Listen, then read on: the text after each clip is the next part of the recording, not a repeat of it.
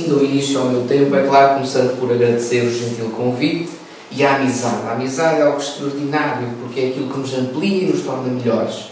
E nesse sentido só posso agradecer, cumprimentar o Sr. Presidente de Junta, que aqui nos acolhe neste edifício tão bonito, agora retomado, agora recuperado, uma antiga escola, que aliás deixou bem apontamentos daquilo que foi o seu antigo uso e que certamente, farão deste um lugar, isto é, um sítio onde há memórias, e essas memórias terão agora continuidade com outros usos.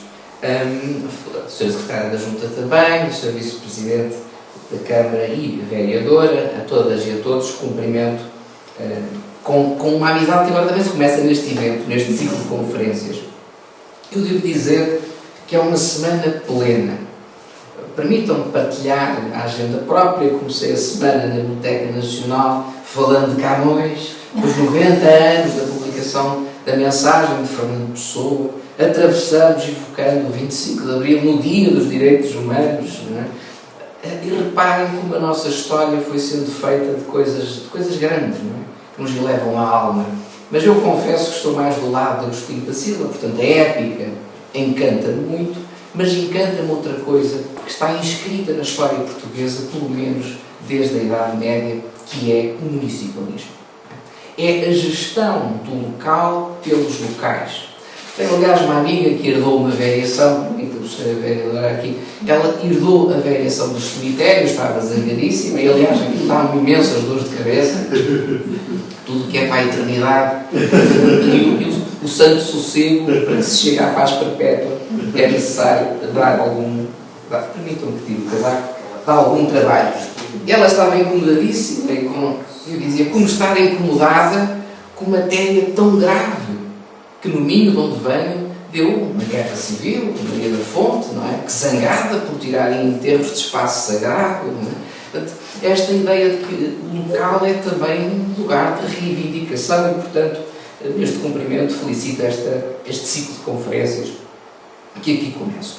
Permitam-me dizer que eu, como que sonhei com um conjunto de animais e, portanto, eu vou fazer o meu caminho através de um conjunto de animais, começando pelo guarda-rios, que é simultaneamente um animal e uma função. Se lembrarem das fábulas de La Fontaine, um homem precisamente que trabalhou a moral a partir de reflexões sobre animais, e aliás também um seu contemporâneo, o Padre António Vieira. Eu costumo dizer que no século do Padre António Vieira o difícil é não ser contemporâneo, porque ele durou imenso, durou quase o século todo. E ele fez a mesma coisa, mas com os peixes, se recordarem, em ictiologia, não é? Atribuir significado moral a diferentes peixes. Cansado, lembrando o nosso António Vieira, cansado de pregar aos homens, vou agora pregar aos peixes, e a cada peixe, inclusive aos polvos, etc., também atribui. Ora, eu vou percorrer um conjunto de animais, lembrando que, vejam bem, a filosofia também tem fábulas, aquilo que nós chamamos de fábulas filosóficas, que é pensar um conjunto de coisas a partir de animais. Mas dizia eu que La Fontaine é guarda-rios, aliás, herdando o título já de seu pai, que era uma função. E é algo que eu gostaria, se pudesse ainda existir guarda-rios, Sr. Presidente da Junta, fica aqui um pedido, se puder criar a função. Devo, aliás, dizer, talvez não conheçam, mas o professor M.S. Lourenço, do Departamento de Filosofia, e, aliás, um mestre das classicistas que aqui estão presentes, o professor Frederico Lourenço, o seu bisavô era guarda-rios da Casa Real. Portanto, esta função de estar atento ao local, aprender com o segredo dos arroios, dos ribeiros. Eu tenho uma grande vergonha, permitam-me, que eu não sou já capaz de distinguir uma árvore da outra, uma flor da outra. Isto significa que também nos fomos deslocando daquilo que era um lugar significativo a partir do qual a experiência se contava. Eu não resisto, também vou partir, porque estamos a celebrar direitos, e se é preciso defender direitos, é porque existe miséria. E há um conto, não sei se vocês sabem porque é que a miséria é eterna. Há um conto português, que é o conto da Tia Miséria, um dos meus favoritos, permitam-me que eu conte. E porquê que conto este conto? E rendo aqui a minha homenagem ao professor Vaz da Silva, foi um homem que foi para o Minho estudar assentos locais de batismo. E reparou numa coisa, como todo cientista, começou a reparar num padrão.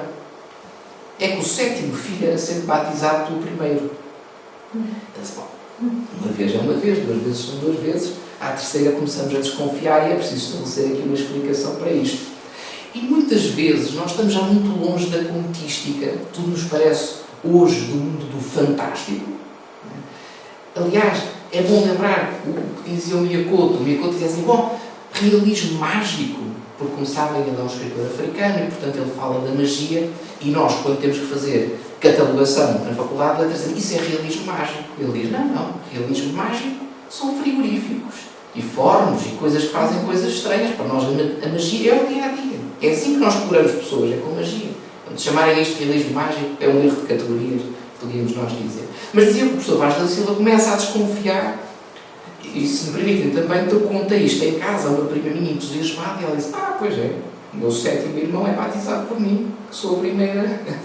Porque havia a crença, não é? De que o 7º, se não fosse bem batizado pelo primeiro, que aqui há uma questão do lobisomem, etc. Hoje isto para nós parece do mundo de Hollywood, uma coisa da Disney, uma coisa meio fantástica, mas até ao século XIX a contística faz parte da nossa leitura do real. O conto como que tem um segredo de verdade. É a verdade do mito, não é? É a verdade que explica, como eu agora vou usar o exemplo da Tia Miséria, avanço sem mais por isto. A Tia Miséria é alguém, como diz o bom nome, vivia numa casa muito modesta, roupas rotas e andrajosas, e a Tia Miséria tinha apenas uma coisa, junto à sua casinha, de pedra e madeira, com estes elementos que são tão próprios da natureza mexida pelo homem, tinha apenas junto à sua casa uma coisa, que era o seu único prazer, uma pereira. Uma pereira que dava frutos de fazer salivar só de pensar. Ora, a Tia Miséria tinha um grande aborrecimento. Como quem tem pouca coisa, nós incomodamos quando nos vêm mexer nas nossas coisas. Não? Se mexem connosco nas nossas coisas. Ela só se aborrecia porque os jovens, e temos um jovem atrás, ia lá roubar as peras. Isso incomodava a Tia Miséria. Bom, o tempo passou e em dia de profunda tempestade, chovendo muito, não é? Ventosa, coisa que não acontece, não é? Aliás, já me disseram que o verão é uma vez por ano, um dia por ano, não é? Mas chovendo tremendamente, entre relampejos e raios e coriscos, bate à porta da Tia Miséria e ela mesmo, sendo só miséria, abre a porta, acolhe aquele que lhe pede socorro e partilha o pouco que tem com ele. Claro que, como em toda a história, se revela na manhã seguinte que esse que ela abrigou era uma criatura mágica, eu não me recordo se era um duende, era alguém com poder mágico, e digo, tu que tão pouco tinhas comigo partilhaste, concedo-te, conceder-te-ei um desejo. E este é um aspecto que toca com o nosso projeto. O que é que a Tia Miséria vai desejar? A miséria só pode desejar miseravelmente. Permitam-me dizer o que é que isto toca com o nosso projeto. Nós andamos por muito país e por muitas turmas. E isto custa muito quando num país nós perguntamos o que é que tu sonhas para o futuro e nós vemos que as crianças, em função do sítio onde estão, são limitados. Não sonhamos todos da mesma maneira. E não há ter miséria, mas sobre isso, a Susana Paulette é quem mais sabe no país sobre a história dos direitos humanos, com uma obra agora laureada, uma tese de 1000 páginas. Eu vou voltar à contística. A Tia Miséria desejou miseravelmente, como é óbvio. Então desejou que quem subisse à sua pereira lá ficasse preso até que, sob sua ordem, pudesse descer. E assim foi. Os primeiros catraios que lá foram ficaram magicamente presos na pereira. Ela depois até deixou que eles descessem, deu-lhes as peras, mas tinha ali um poder sobre aquela pereira. O tempo passou e a Tia Miséria era já muito velha. Veio a irmã Morte e disse, bom, é chegar à tua hora de partires comigo. E ela disse, parto, e parto bem, parto descansada, mas nunca tive grandes prazeres na vida, peço-te apenas um último desejo, dizia ela para a Morte, que vinha em sossego buscá-la. Esse desejo era que lhe colhesse as suas preciosas peras para tomar-lhe o sabor suculento uma última vez, antes de partir deste reino e lhe dar trabalho à variação dos cemitérios.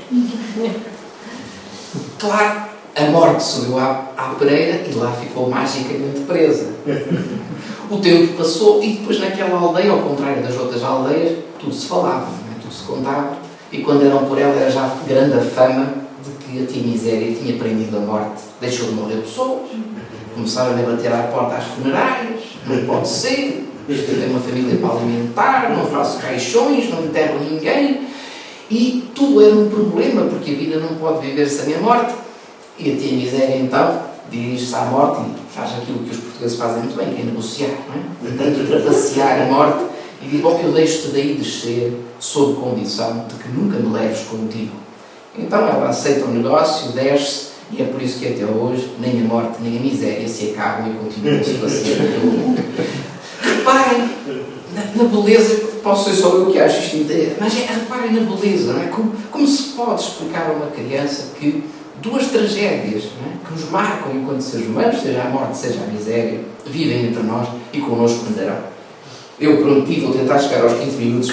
Vou então a 4 animais, não me estranhem já, será o lobo, o bode, o burro e a fênix. Bom, sobre o lobo, lembro-me logo de um teórico inglês, que é Thomas Hobbes, que vai tematizar politicamente a ideia de que o homem é o lobo do homem.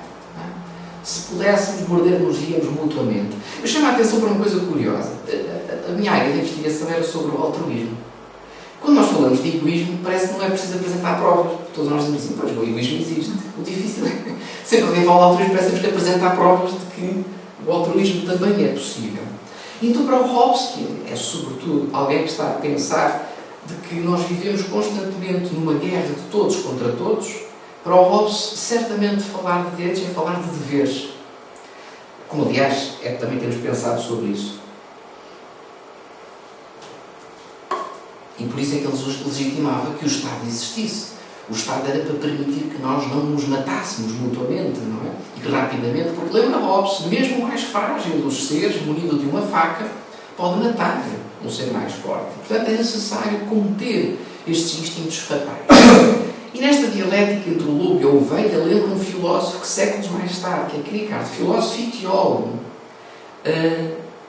Portanto, este teólogo é importante porquê? Porque está no texto bíblico, não é? Que o lobo e o cordeiro dormirão, não é? Mesmo um sonho humano. Exatamente, a pessoa que é teologia cita Isaías. Essa ideia de que isso um dia virá a acontecer. Ora, os direitos humanos também têm que ver com este sonho de que nós somos capazes de perspectivar, de pormos a fera e o ferido juntos. Não é? E se estamos no mundo de todos contra todos, como pensou o Hobbes, dizia o Kierkegaard, só podemos ter uma alegria nesta vida, que é a alegria da ovelha. A alegria da ovelha é ficar feliz porque o lobo comeu a outra ovelha e não a mim. Quantos experimentamos isto? Tenho cancro, pois é ele, não sou eu. E há como que uma alegria secreta de que não fui eu desta vez. Isto tudo tematizado para pensarmos uma antropologia pessimista. Eu prometo que os dois últimos animais são mais otimistas, está bem? Partimos dessa dificuldade, mas que é importante, porque no lobo também está o capitalismo, não é? Há muitas definições de capitalismo, mas a ideia de se pagar o mínimo pela máxima exploração, isto continua a ser humano, não nos é estranho. Com exceção de ventosa. Nada acontece connosco. Eu estou só a falar do ponto de vista teórico. Mas esta ideia de que a exploração está e habita o coração do homem, como depois, mais à frente, a luz também habita o coração do homem. Mas a luz traz a doutora Susana. Não é? Eu fico com as trevas e depois a doutora Susana mostra que há esperança. Não vi a luz, o projeto. O segundo animal é o bode. É o bode expiatório. É muito antigo. Eu aqui adentro-me na matéria, que a professora doutora Cristina Lucas Silva é especialista. Mas com a licença eu vou entrar em René Girard para... Ele percebe que há aqui um mecanismo. É um mecanismo muito antigo. Aliás, isso está lá nas deidades antigas, o Deus Sol e o Deus Lua. Era importante que se matasse um cordeiro e se passasse o sangue nas varas que sustentavam as tendas, não é? Para que, matando um e a treva viesse, ela apenas ficasse satisfeita e aplacada com aquele sangue, então poupasse o rebanho. Isto está na religiosidade antiga e que vem da religiosidade mesmo, o cristianismo, que é, não é, um lugar de chegada desse do judaísmo muito antigo, desse povo muito antigo e dessas histórias. Não deixa de ser isso. Pessoas que se reúnem à volta da lareira a contar uma história, religando-se a uma memória coletiva. Mas dizia eu, aliás, o cordeiro, não é? O cordeiro vem redimido, paga os deitos e todo o pecado ao mundo, vem tirar o pecado de todo o mundo. Mas é este escrever antigo que é: há um bode expiatório. Todos nós, incapazes de reconhecer que falhamos por pecado próprio, projetamos o pecado no outro, e depois, ora se mata, ora se atira ao deserto, vai dar ao mesmo. No deserto também se morre, não é? Não há nada a comer. E aí se chamava um bocadinho de bode expiatório. E continua a existir hoje, não é? Podemos culpar o imigrante. Aliás, é sempre curioso. Se há coisa da nossa identidade é que Portugal sempre saiu. Não é? Há muitos séculos esta parte. E mesmo se só pegássemos nos números atuais, não é? Se fizéssemos regressar 5 milhões, Portugal era muito mais difícil. Como, aliás, foi muito difícil quando os retornados voltaram. E ainda uma memória que está em processo, ainda vai ser preciso trabalhar, porque se voltaram como portugueses de segunda. Não é? E quantos nós temos ainda compatriotas nossos, acabados de chegar, que são portugueses de segunda, que estão a fazer o que ninguém quer fazer. Como isto continua, direitos humanos, nós, procuramos falar isso, os direitos humanos estão aí. Não é? E nós pensamos, muitas vezes, a escravatura, uma coisa de séculos passados, e depois descobrimos que em Portugal continua a existir, não é? No Alentejo, em lugares muito próximos, que passam debaixo do nosso nariz. Não é? Que isso continua a existir. Depois, chegamos ao burro. É tempo do presépio, e ele também por lá anda, mas não é esse que eu vou... Havia um professor de filosofia que andava sempre na lapela com um pino de um burro. Ele achava, aliás, a filosofia, em geral, eu tomo neste animal a figura do filósofo, porque o cavalo põe uns arreios e ele vai para onde lhe mandam. O burro vai para onde quer e quando quer. Se ele decidir parar, parou. E, portanto, ele via naquela figura. Mas eu recordo aquilo que nós chamamos o burro de Bourdieu, na verdade, está lá na Idade Média, não interessa tanto esta figura, porque ele não desenvolveu nada especulativo a partir daí, mas tornou-se um caso. E qual é que é o caso? Se um burro fosse colocado diante de dois fardos exatamente iguais, o que é que acontecia? E aqui a filosofia divide-se. A primeira tese é que ele morre à fome. Porque se nós não temos nenhuma razão para escolher um em função do outro, então não escolhemos. Isto também é para revelar que, na verdade, nós escolhemos muitas vezes não em função da melhor razão, porque as opções são indiscerníveis, mas também em função daquilo que nos comove, daquilo que nos emociona. Aquilo que nós também procuramos chamar a atenção com este projeto é que nós não estamos indiferentes. Escolher, muitas vezes, não é só em função da melhor razão, mas é também da empatia que somos capazes de ter por aqueles que passam dificuldades. Aliás, nós usamos muito um caso de Martha Nussbaum. Martha Nussbaum, como Marta e Zé tinham dito, que os direitos não valem para nada se eles não forem capacidades. Aliás, falamos agora no 25 de Abril, por exemplo, o direito à habitação. Foi inscrito na Constituição. E quantos de nós continuam incapazes, já nem digo de adquirir, mas de ter um espaço condigno para habitar. E ela dirá, um direito só é direito se for uma capability, uma capacidade. Veja-se, um jovem era na Finlândia, aos 19 anos é capaz de viver sozinho. Alugar uma casa sozinho. Em Portugal, sabe com que idade é que sai de casa? Aos 34. Os pais estão aqui presentes? Preparem-se. Podem fazer com os meus pais. A minha irmã nunca mais saiu de casa, saíram eles. Trocaram-se. Portanto, são duas opções. Ou estão até aos 34 dos filhos, ou então trocam de casa. Mas isto para mostrar que um direito ou é uma capacidade ou não é nada. É uma abstração teórica. E foi também para tentar mostrar este tipo de coisas que nós andamos pelo país. Não é? E por isso é que este direito é tão importante. Nós, aliás, costumávamos dizer isso. Mudava-se a geografia, mudava-se o direito. Fomos para o Alentejo, qual é que acham que é o direito mais preocupado? O direito à água. Isto tem a ver com, não só a capacidade de sonhar, tem a ver com o lugar onde nós partimos, mas também aquilo que são os direitos, tem a ver com a tia miséria que está mais próxima de nós. Última, e porque tenho mesmo de terminar, já estou para lá do meu tempo, a chegar já a 20 minutos. Lembrar a Fênix. A Fênix está na capa da tese da professora Susana. Não, a casa. É engraçado, a Fênix, como sabem, era também um símbolo religioso antigo. A cruz é muito tardia, portanto havia os peixes e havia a Fênix. E o que mais me encanta na Fênix é que ela renasce do lugar onde nós vimos. Isto é, das cinzas.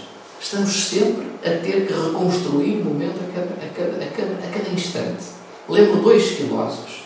Um português, o padre António Vieira, que pregava sublimemente, dizia memento homo qui pluvises et impovere reverteris. Reparem no imperativo futuro. Lembra-te, ó homem, que és pó e em pó te reverterás. E ele diz, é reverteris, não é converteris, não é vos tornareis em pó, é de que voltareis a ser pó. E isto ajuda-nos sempre a mostrar que somos só pó levantado e a cada momento temos que renascer das cinzas. Não podemos ficar atados também à treva de que eu vos falava inicialmente, aquela antropologia pessimista. Mas tenho também que lembrar uma grande filósofa, uma grande mulher, Ana Arendt, que anda sempre connosco também, na Algibeira, que ela diz: embora os homens devam morrer, e eu acrescento sempre os homens e as mulheres, voltamos à variação dos cemitérios, embora os homens devam morrer, eles não nascem para morrer, mas para começar. Aquilo que nos vai definir a cada instante é aquilo que nós somos capazes de começar. Seja isso inaugurar esta junta, como foram vocês, seja inaugurar este ciclo de conferências, porque aquilo que nos define é aquilo que nós somos capazes de começar. Não sabemos onde vai acabar esta sementeira, que pessoas por aqui passarão. Eu, pessoalmente, sinto-me honrado de também aqui passar nestas primícias, neste pontapé. Não, pontapé não, porque eu não sei nada de futebol, não vou usar essa metáfora, mas neste início, este começar, e uma vez mais, termino como... deixem-me só antes de terminar um exemplo que nós usávamos. Estávamos em 2023, a seleção francesa decide criar uma campanha contra a homofobia. Os jogadores de futebol só tinham que usar uma t-shirt com um arco-íris. A esposa de Martin Nussbaum. E diríamos, muitos deles recusavam. Depois foi preciso intervenção do governo, com sanções, etc. E eles diziam, não, eu tolero os meus colegas com outras inclinações afetivas, mas recuso a usar, a vestir a camisola. Ali, o slogan era homo ou hetero, todos vestimos a mesma camisola. Isto para mostrar que a tolerância não basta. Porque um colega pode ter a máxima perícia física enquanto jogador de futebol e, no entanto, a sua história, a sua narrativa, aquilo que ele é, não pode ser plenamente exercido porque não é respeitado. E, como nós sabemos, o respeito por aqueles que estão à nossa volta também nos constrói enquanto seres humanos, porque não somos ilhas. Mas dizia eu que assim termino com este exemplo, agradecendo este começo, agradecendo este início à professora Cristiana Lucas Silva e que venham muito mais encontros. Obrigado pela vossa atenção.